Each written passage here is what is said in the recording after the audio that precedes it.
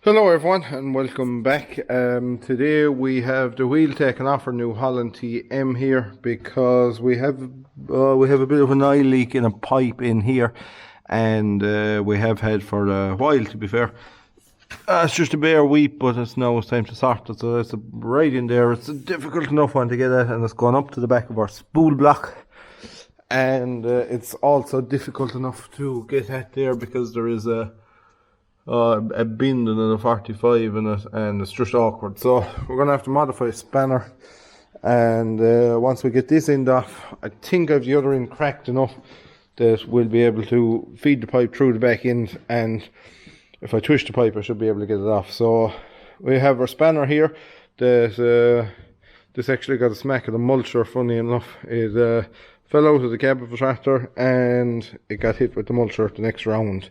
So I'm going to heat my spanner, bend it, put a kink in it, and maybe that might do. And if not, we'll have to cut it and probably weld the socket on here or something like that. So yeah, we'll redden it there and we'll give it a bend.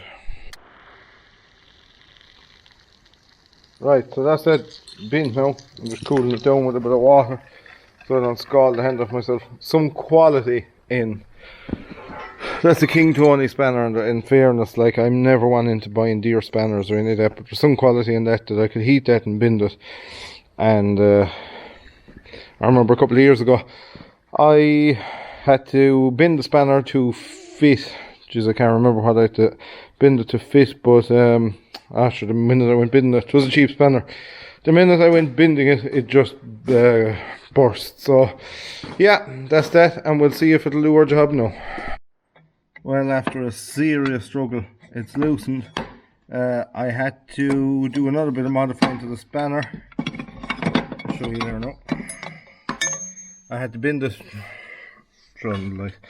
I had to bend it here right at the whatever that part of it's called, the open end, and I had to weld the socket onto this end of it because I just hadn't enough power. So I had to put the ratchet on it, put the spanner on the ratchet, and then I was able to loosen it. So God only knows how we're going to get it back on, but hopefully it shouldn't be as complicated. Right, so our pipe is out now. We had to cut it in half to get it out because I couldn't really access this fella, and to split that joint, obviously the whole hose was spinning, so I had to make up the spanner as well to go on it.